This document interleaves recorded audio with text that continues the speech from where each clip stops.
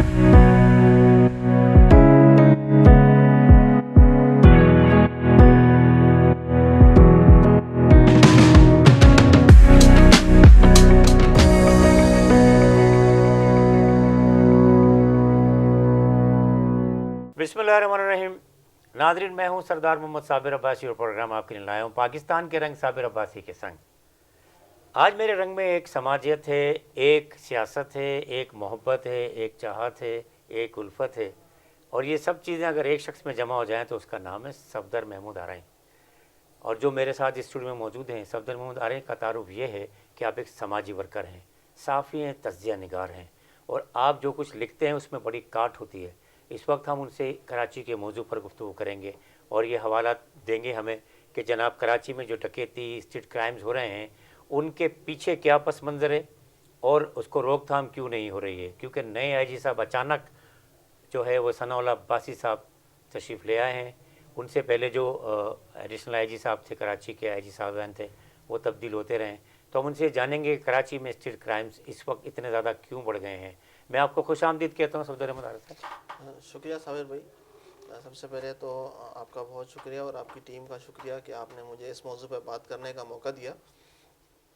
जहाँ तक कराची की बात है, कराची के अंदर आए रोज़ जो वारदातें हैं, डकैती की कह लें, कत्ल या इक़दाम कत्ल के वाक़यात रोज़ बरोज़ बढ़ रहे हैं। जी बिल्कुल। कराची के अंदर गुज़श्ता कुछ दिनों के अंदर SSP का तबादला कर दिया जाता है। IG सिंध जो है हमारे मुश्ताक IG सिंध जो है वो चाहते हैं कि कराची के अंदर जो स्ट्रीट क्रिमिनल्स हैं उन पर काबू पाया जाए, लेकिन पॉसिबल नहीं है। आज एक बयान जो है एडिशनल IG कराची गुलाम नबी मेमन साहब का मेरी नज़रों से गुजरा। उनका कहना है कि 8000 से ज़ायद क्रिमिनल्स जो बेल्स पर हैं वो कराची के शहर में घूम रहे हैं। अब मेरा सवाल यह है कि जब 8000 क्रिमिनल्स जो डाकू हैं, जो मुख्तलिफ़ केसेस के अंदर बंद होके जेल चले जाते हैं, अब ज़मानतों के बाद वो 8000 लोग इस कराची शहर के अंदर दंदनाते फिर रहे हैं, उनसे कोई पूछने वाला नहीं है। क्या हमारी पुलिस का निज़ाम या हमारा जो अदालत का निज़ाम है या हमारी जो प्रोसिक्यूशन है, इन्वेस्टिगेशन का निज़ाम है, वो इतना ख़राब है कि 8000 क्रिमिनल्स को पहले हम गिरफ़्तार करते हैं, गिरफ़्तार करने के बाद एक ड्यू प्रोसेस है, उसका इन्वेस्टिगेशन, उसको जेल भेजा जाता है। और आज हम जो एक ख़बर हमारी नज़रों से गुजरती है जी 8000 क्रिमिनल्स इस कराची शहर में घूम रहे हैं। आज जो हमारे एडिशनल IG कराची हैं गुलाम नबी मेमन साहब, इन्होंने आते साथ जी अहकामात सादिर कर दिए कि वो एक 2 नए सेल बना रहे हैं कराची में, एक असले की रोकथाम के लिए और दूसरा मंशियात को कंट्रोल करने के लिए। मेरा सवाल ये है कि क्या ये 2 सेल बनाना काफ़ी है? जी। इस कराची शहर के 8 अजला में से 4 अजला के अंदर साबिर भाई बताना चाहूँगा आपको, हैरत की बात है कि 4 ऐसे शहर हैं जिनमें SP 18 ग्रेड के अफसरान को SSP तैनात कर दिया गया। अच्छा। क्या हमारी पुलिस के अंदर 19 ग्रेड के अफसरान मौजूद नहीं हैं, या उनकी इतनी काबिलियत नहीं है कि उनको SSP से लगाया जाए? जी जी। या जो 18 ग्रेड के अफसरान जिनको SSP लगाया गया है उनकी सिफारिश इतनी तगड़ी है कि जो 19 ग्रेड के जो अफसरान हैं उनको पोस्टिंग नहीं मिलती? जी। तो इस तरह के बहुत से सवालात हैं। अब आप देख लें, एक निजी चैनल का हमारे रिपोर्टर है, उसको मार दिया जाता है, उसके कातिल आज तक नहीं पकड़े गए। 17 से 18 लोग इस कराची में कत्ल हो जाते हैं, उनके कातिल आज तक नहीं पकड़े जाते।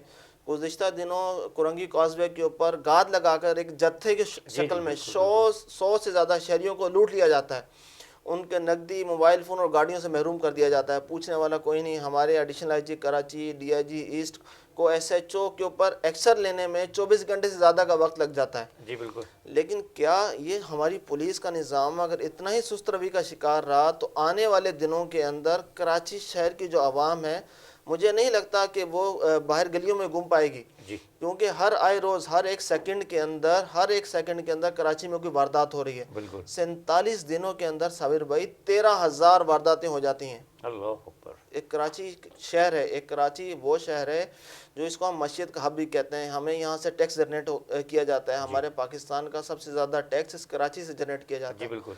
लेकिन उसके बावजूद यहाँ सहूलतें नहीं हैं। हमारी पुलिस के अंदर जो ड्यू प्रोसेस है, पुलिस के अंदर पुलिसिंग का निज़ाम ही बेहतर नहीं है। यहाँ एक पुलिस अफसर के खिलाफ दिखावे के तौर पे कार्रवाई होती है, उसको डिसमिस किया जाता है, बाद में वो पुलिस का एक निज़ाम है, उससे वो फ़िल्टर होकर दोबारा बाहर निकलता है और फिर जाके किसी थाने में SHO या SI हेडमोरर तैनात हो जाता है। उससे कोई पूछने वाला नहीं जी आया इसको डिसमिस क्यों किया गया था, फिर इसको बहाल किसने किया, वो दोबारा वो तैनात कैसे हो गया। یہ ساری چیزیں اس چیز کی طرف اشارہ کرتی ہیں کہ ہمارے جو کراچی پولیس چیف کی جو کمان ہے وہ کمزور ہے.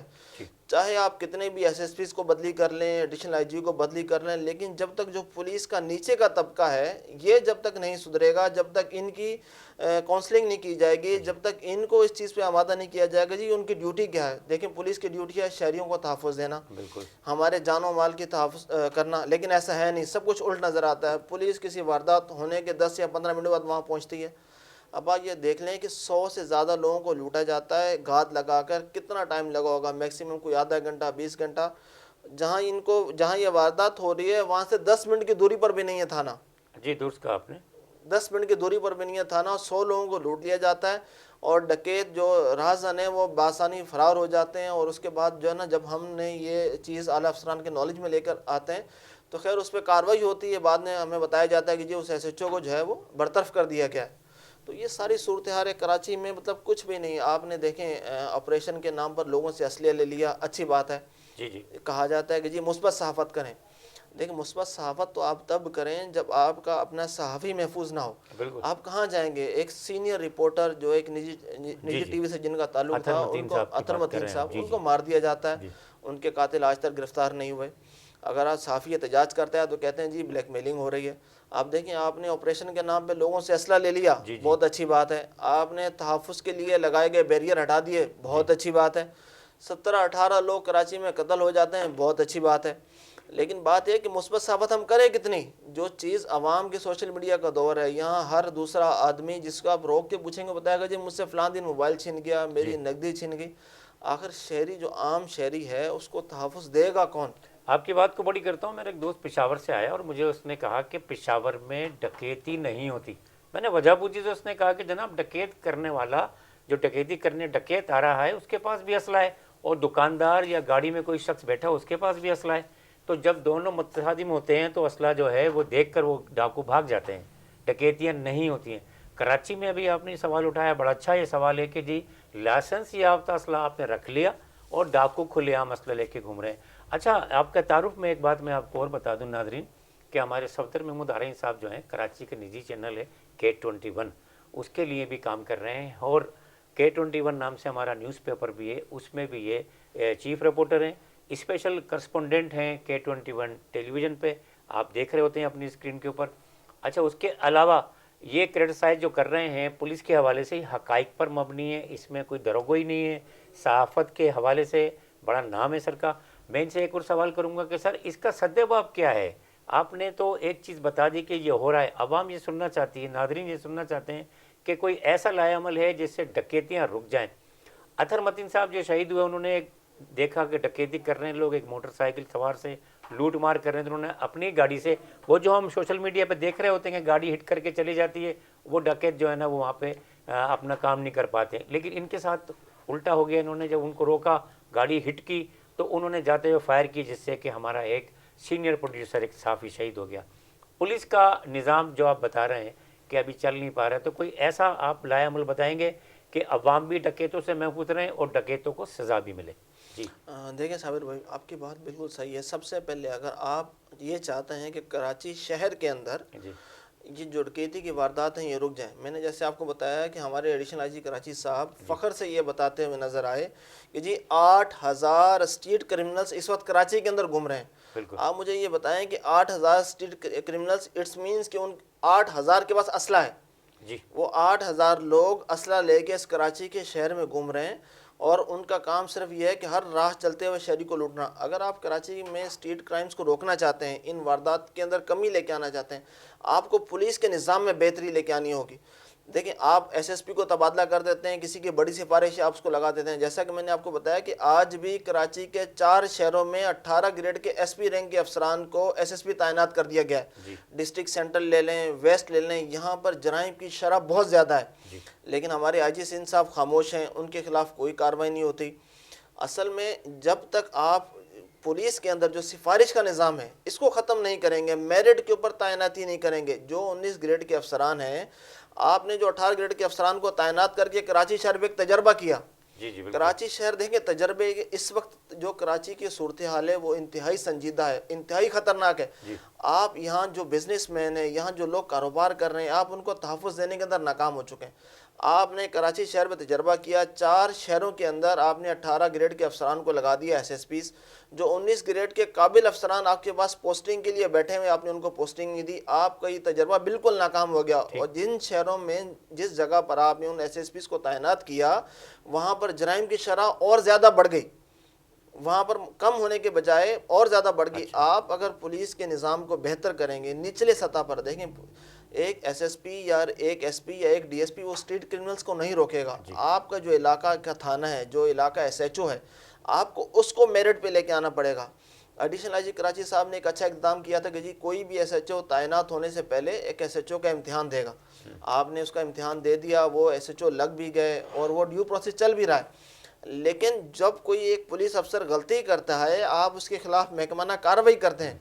मेरा सवाल यह है कि वो दोबारा किस तरीके से बहाल होके, और जो है ना हर चीज़ जो आपकी इंक्वायरीज़ होती हैं या उसके खिलाफ जो कंप्लेन होती हैं, उन सब को जो है ना वो ठुकरा कर एक रद्दी की डोकरी में फेंक कर दोबारा आप उसको किसी थाने में SHO तैनात कर देते हैं। तो इस तरीके से तो आप स्ट्रीट क्राइम पर काबू पा ही नहीं सकते, क्योंकि जो अफसर खुद क्रिमिनल्स के साथ मिला हुआ है या उसके ऊपर करप्शन के इल्ज़ामात हैं या उसके ऊपर कोई और कार्रवाई की गई है, जब उसको ही आप दोबारा किसी थाने में तैनात कर देंगे तो वो तो कभी भी अपने जो नौकरी उसको सही तरीके से नहीं करेगा। क्योंकि उसको तो पता है कि जी आज अगर मेरे खिलाफ कार्रवाई होती है, मुझे सस्पेंड या डिसमिस किया जाता है, मैं कल को दोबारा पुलिस का जो एक प्रोसेस है, जिसको आसान लफ्ज़ों में हम कह लेंगे जी रिश्वत देकर, वो दोबारा से उसको बहाल होकर और आगे फिर किसी थाने में तैनात हो जाएगा। तो जब तक हमारे पुलिस डिपार्टमेंट के अंदर IG सिंध अच्छा काम कर रहे हैं, उन्होंने आते साथ ही तमाम SHOs की मीटिंग की है, SSP साहिबान को क्राइम कम करने के लिए हिदायत की है, लेकिन जब तक ये तब्दीली निचली सतह पर नहीं आएगी, कोई ऐसा चेक एंड बैलेंस का प्रोसेस नहीं बनाया जाएगा जिस पर थाने की सतह पर चेक किया जाए। लास्ट आपने देखा कि एक वाक़या हुआ, एक बच्चे को कत्ल कर दिया जाता है जिसकी शादी 2 दिन पहले होती है।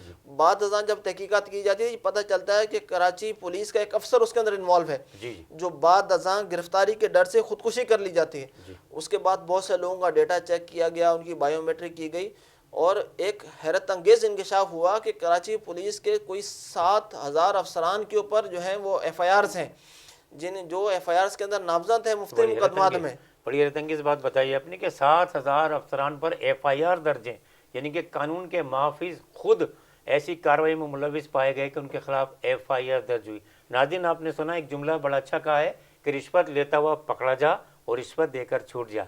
जाइएगा नहीं, साथ रहिएगा। मिलते हैं एक ब्रेक के बाद पाकिस्तान के रंग साबिर अब्बासी के संग।